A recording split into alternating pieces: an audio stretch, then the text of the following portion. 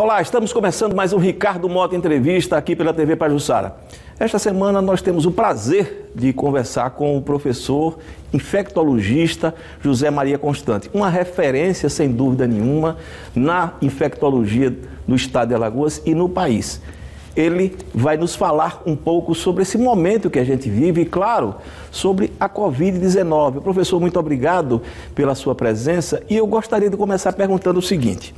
Já sabemos muito, né, ou nem tanto, né, sobre o coronavírus, mas efetivamente, como conhecimento consolidado, o que é que diferencia o coronavírus dos demais vírus já conhecidos?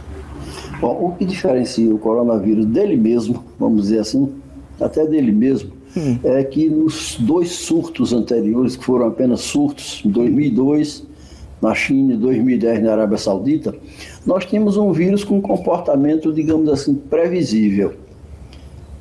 Não era de alta infectividade, mas de muito alta patogenicidade. Tanto que no surto chamado MERS, que aconteceu em 2010 na Arábia Saudita, só os doentes graves transmitiam. Como o doente grave não sai de casa ou está nos hospitais, a doença ficou confinada em 2010 na Arábia Saudita, como em 2002 ficou confinado também um surto que houve na China.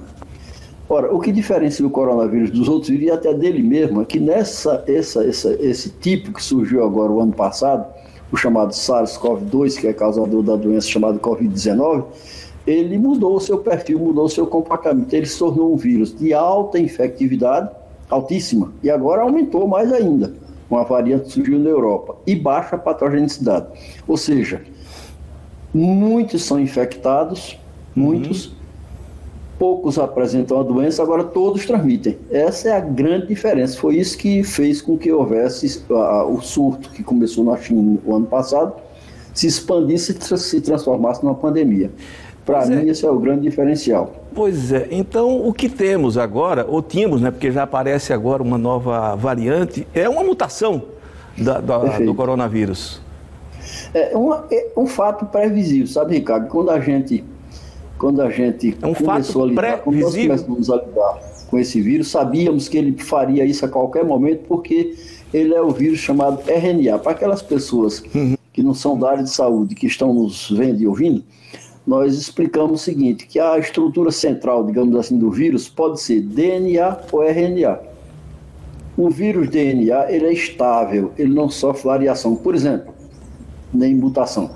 O vírus de sarampo é o mesmo, e da agora, de 50 anos atrás, os 4 vírus da dengue são DNA. Quem tem dengue 4 vezes, se aguentar, fica imune. Já esse nosso coronavírus, como o vírus da gripe, por exemplo, é um vírus RNA. E nós sabemos que o comportamento básico de todo vírus RNA é a capacidade de sofrer mutação. A gente vê isso com o vírus da gripe. O que é que nós temos esse ano? Porque o coronavírus roubou a cena. Mas os outros não estão licenciados, nem aposentados. O vírus dengue continua, o vírus da gripe continua. Hoje, aqui no Brasil, nós temos 3 tipos de vírus da gripe circulando. O B, que não sofre muita variação, muito pouco, mas nós temos 2 tipos de vírus A da gripe, o H1N1 ou H3N2. E a gente sabe que ele muda todo ano, então essa é uma característica desse vírus, é a extrema capacidade de mutação, por conta dessa estrutura dele chamada estrutura de RNA, ou seja, ácido ribonucleico. Pois é, o senhor está antecipando que teremos com a Covid, que não será mais a 19, que nos vacinar a cada ano, é isso? Bom, pelo menos, veja bem, no panorama atual, todas as vacinas que estão sendo preparadas são inúmeras, nós temos 3 principais. Todas elas estão mirando em uma proteína chamada proteína spike, que é a proteína que permite que o coronavírus penetre na célula humana. Ele penetra, é como se essa proteína spike fosse uma espécie de ariete, que vai, perfura, vamos tornar a coisa figurada, e permite a sua penetração. Então, as vacinas desse ano, todas elas miram nessa proteína spike, então elas vão certamente nos imunizar. Agora, o que está acontecendo no momento é uma variação, ele não sofreu uma variação brusca, uma mutação que possa criar, vamos supor, o SARS-CoV 2.1, não. Está havendo uma variação, mas as vacinas que estão todas aí sendo preparadas darão conta dessas variantes, pelo menos no momento. Agora é possível que nós tenhamos que entrar nessa. Professor... E que tenhamos que preparar novas vacinas, se não a cada ano, mas periodicamente, por conta da estrutura RNA desse vírus.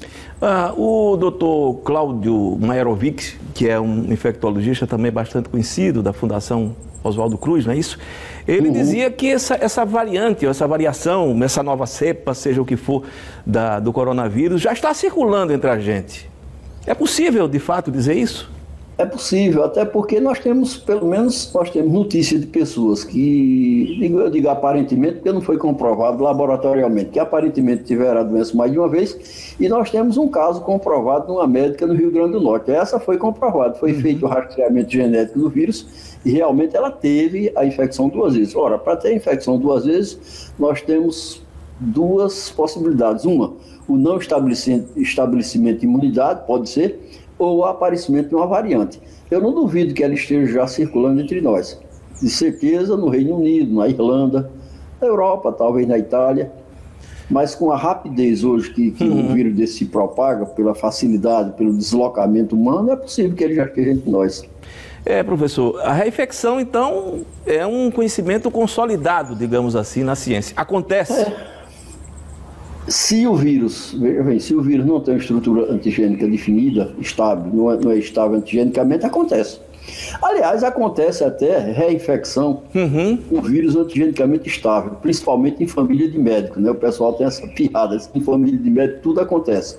Pessoas que tiveram sarampo mais de uma vez, pode acontecer. É raríssimo, mas pode acontecer.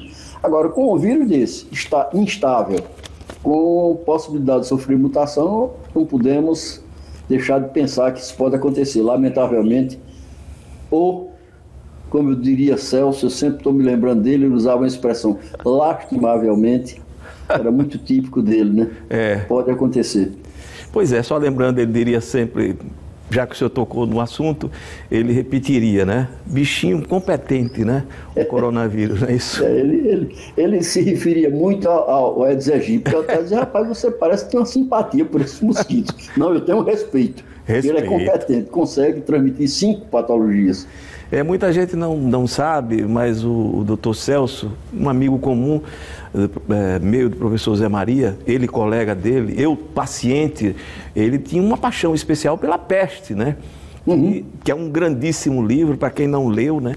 Albert Camus, como é atual, trata bem dessa questão da pandemia. Não é um livro sobre a peste, mas é sobre as pandemias, sobre as grandes tragédias humanas, né? E o comportamento humano durante elas. Pois é. Professor, eu vou fazer uma pausa aqui, mas vou deixar uma questão. Eu sei que esse tema também é muito sensível para o senhor.